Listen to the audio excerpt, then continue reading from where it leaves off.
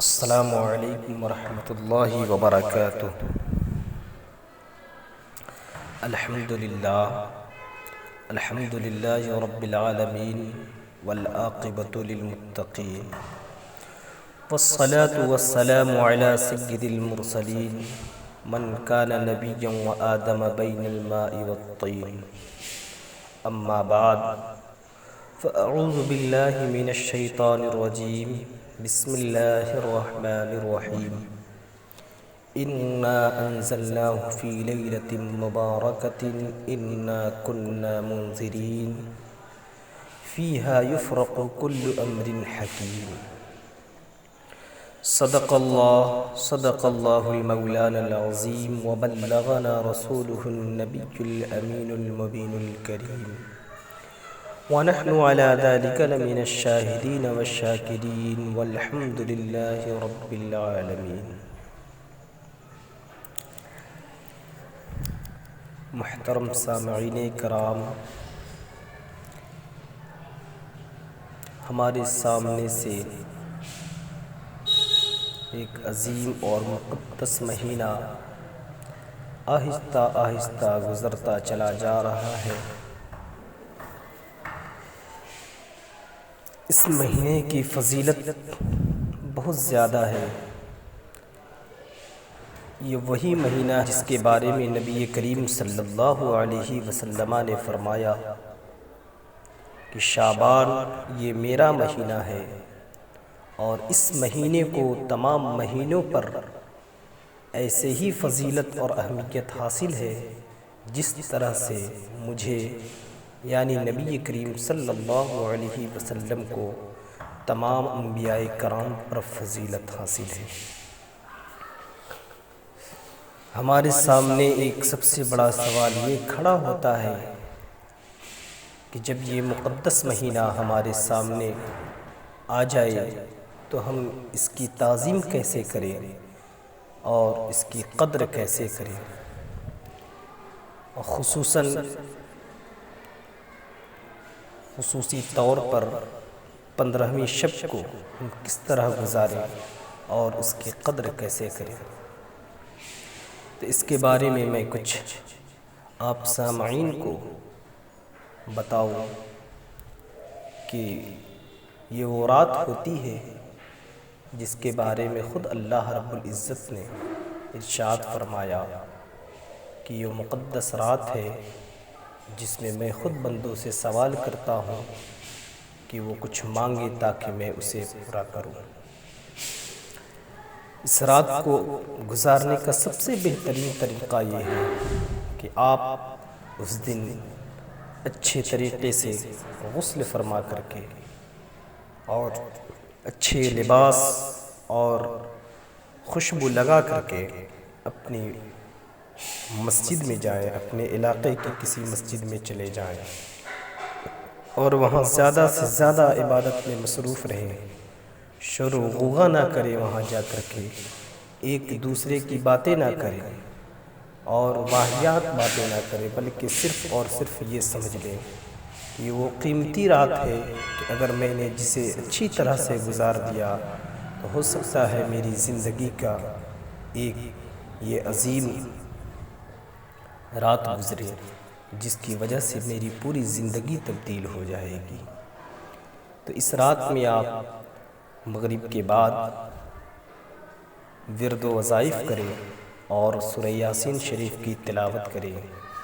سورہ یاسین شریف 3 مرتبہ پڑھیں اور ہر مرتبہ اپنے الگ الگ نیک ارادے رکھیں۔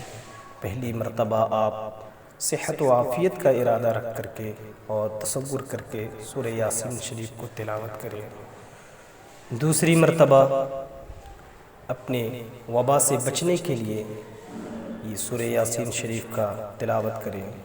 تیسری مرتبہ رزق حلال کی توفیق کے لیے اور رزق حلال کسی طرح سے مہیا ہو جائے اس کے لیے آپ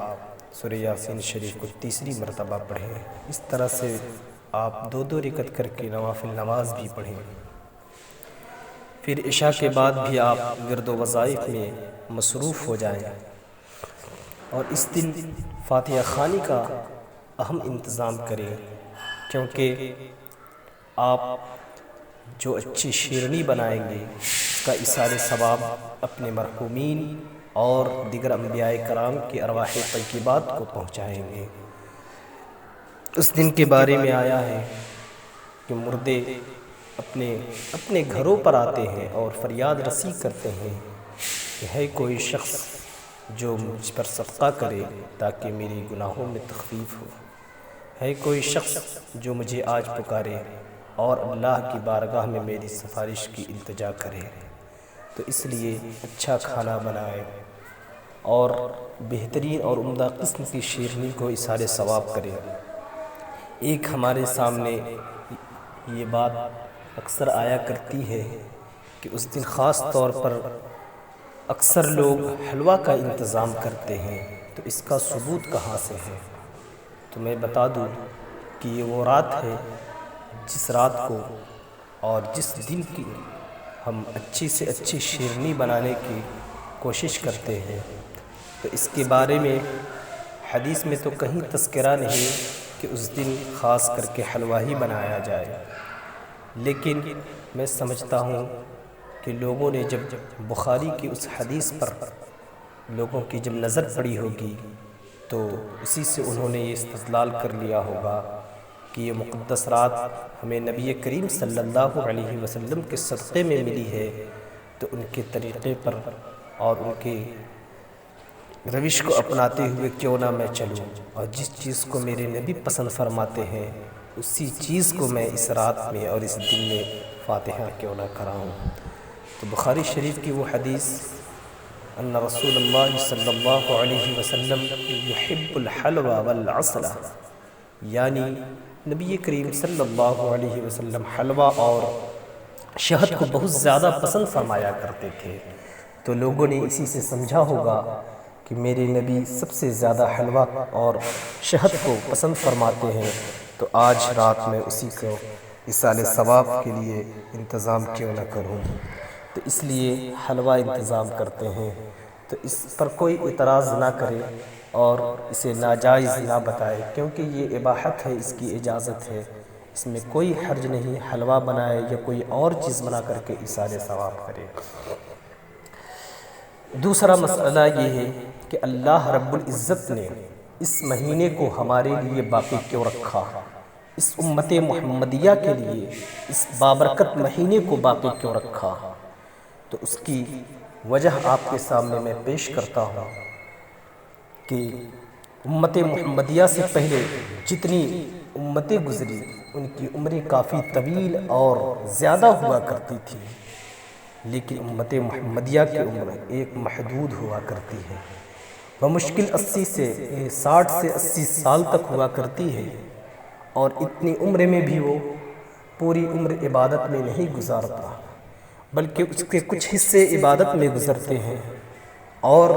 کچھ حصے بچپنے میں گزرتے ہیں، کچھ حصے جوانی کی عمر میں گزرتی ہے اور کچھ حصے اپنے لہو و لعب میں گزر جایا کرتے ہیں،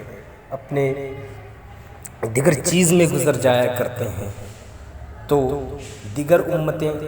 جو تھیں ان کی عمریں زیادہ طویل ہوا کرتی تھی،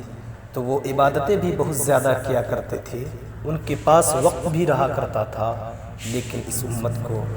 اتنا زیادہ وقت نہیں ملا۔ اس لیے نبی کریم صلی اللہ علیہ وسلم کا صدقہ سمجھیں اسے کہ اللہ رب العزت نے یہ ہمیں مقدس مہینہ عطا فرمایا اور یہ بتا دیا اور یہ پیغام دے دیا کہ تم 60 سے 80 سال ہی تک کی عمر میں وہ عبادت کر لیا کرو گے، اتنا ثواب تم حاصل کر لو گے جتنا کہ ثواب دیگر امتیں کیا کرتے تھیں، کیونکہ فضیلتیں اس کی بہت زیادہ ہے۔ اس لیے کئی رات کو اللہ رب العزت نے اس امت کے لیے باقی رکھا، شب قدر کو باقی رکھا، شب برات کو باقی رکھا اور دیگر راتوں کو باقی رکھا۔ تو جب یہ مہینہ مقدس مہینہ اور مقدس رات ہمارے سامنے آ جائے تو اسے ہمیں اچھی طرح سے منانا چاہیے۔ اس رات کے بارے میں آیا ہے، نبی کریم صلی اللہ علیہ وسلم نے خود فرمایا کہ 4 رات ایسی ہیں جن میں دعائیں رد نہیں کی جاتی، سب سے پہلی رات شب برات کی ہے، اور شب قدر کی بھی رات اسی میں آتی ہے، اور عیدین کی راتیں، اور بعض روایتوں میں عرفہ کا دن بھی ہے اس دن۔ تو اس لیے جب یہ مقدس رات ہمارے سامنے اگر آ جائے تو اسے ادب و احترام کے ساتھ اور پوری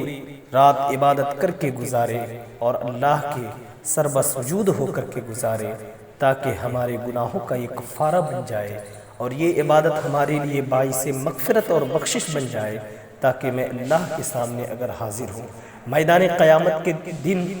اگر میں اللہ رب العزت کے سامنے حاضر ہوں تو اس قدر گناہوں میں مبتلا نہ رہ پاؤں جس تک قدر ہم گناہوں میں آج مبتلا ہیں، بلکہ ہم ان عبادتوں کے ذریعے اپنے گناہوں میں کچھ تخفیف کر لیا کریں۔ اللہ رب العزت نے خود بیان فرمایا کہ میں اس رات کو کوئی دعا رد نہیں کرتا، میں خود بندوں سے سوال کرتا ہوں، لیکن نبی کریم صلی اللہ علیہ وسلم نے ارشاد فرمایا کہ اے میرے ماننے والوں، اے میری امت، تم سن لو کہ وہ عظیم رات ہے جس میں ہر دعائیں تمہاری قبول تو کی جائیں گی، لیکن کچھ ایسے اشخاص بھی ہیں، کچھ ایسے لوگ بھی ہیں جن کی دعائیں قبول نہیں کی جائیں گی۔ وہ کون شخص ہیں؟ وہ کیسے شخص ہیں جن کی دعائیں اس رات کو بھی نہیں قبول کی جائیں گی؟ اس مقدس رات کو بھی انہیں ان کی دعاؤں کو رد کر دیا جائے گا۔ تو اس کے بارے میں میرے نبی کریم صلی اللہ علیہ وسلم نے ارشاد فرمایا کہ وہ شخص ہوگا جو کینہ پرور ہوگا، جو اپنے دلوں میں کینہ رکھتا ہوگا، بغض رکھتا ہوگا، ایک دوسرے کی غیبت کرتا ہوگا، اور ایک دوسرے کے درمیان وہ رشتوں کو توڑتا ہوگا، اور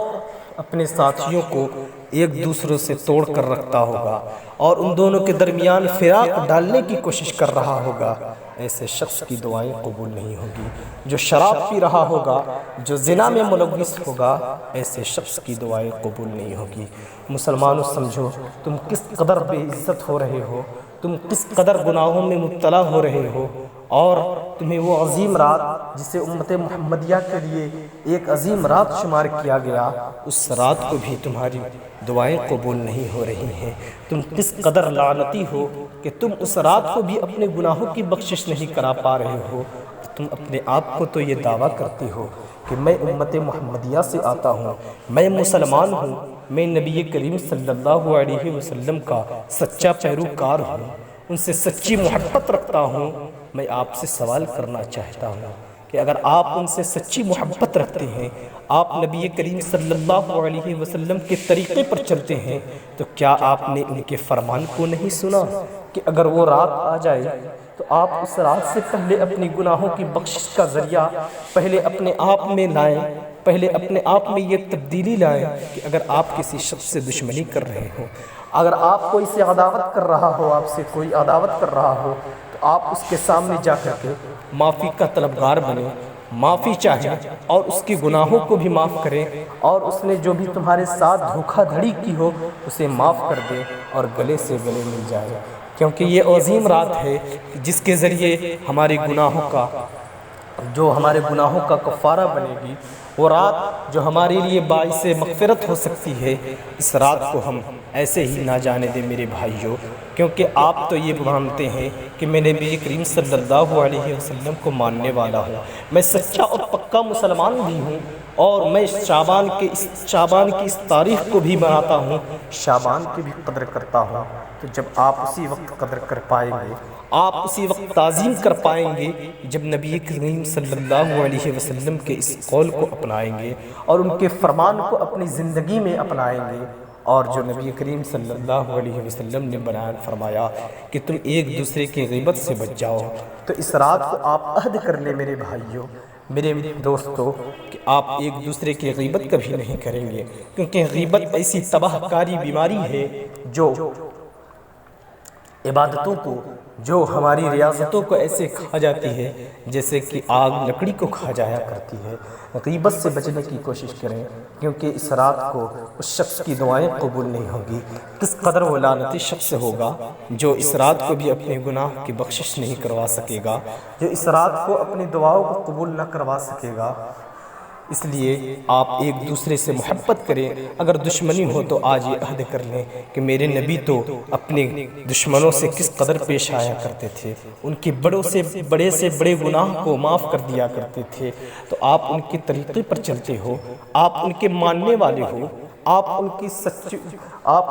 ان سے سچی محبت کرتے ہو، تو آپ کیوں کر لوگوں کو معاف نہیں کر سکتے؟ آپ کیوں کر دشمنوں کو معاف نہیں کر سکتے؟ یہ تو تمہارا ذاتی دشمن ہے نا، یہ اسلام کا تو دشمن نہیں۔ اگر تمہارا ذاتی دشمن ہے تو معاف کرنے میں کیا جاتا؟ میرے نبی تو ذاتی دشمنوں کو ایسے ہی معاف کر دیا کرتے، بلکہ اسلام سے جو عداوت رکھتا تھا اسے بھی معاف کبھی بسا اوقات کر دیا کرتے تھے۔ اور انہی طریقوں کو دیکھ کر کے دیگر مذاہب کے لوگ نے میرے نبی کریم صلی اللہ علیہ وسلم کی بارگاہ میں آ کر کے اسلام لایا تھا اور کلمہ شہادت کو بلند کیا تھا۔ اس لیے آپ آج عہد کریں کہ آپ اگر ایک دوسرے سے دشمنی رکھتے ہیں، ایک دوسرے کی غیبت کرتے ہیں، زناکار ہیں، شراب نوشی کیا کرتے ہیں، تو آپ ان گناہوں سے باز آ جائیں گے، اور آج اور اس مہینے کو اور اس رات کو اچھی طرح سے منائیں گے اور عبادت و ریاضت میں گزاریں گے۔ میں امید کرتا ہوں کہ آپ ضرور نبی کریم صلی اللہ علیہ وسلم کے اس فرمان پر عمل کریں گے۔ اور آخر میں یہ فقیر اور یہ ناچیز بھی آپ کی بارگاہ میں یہ درخواست اور عریضہ پیش کرتا ہے کہ اگر اس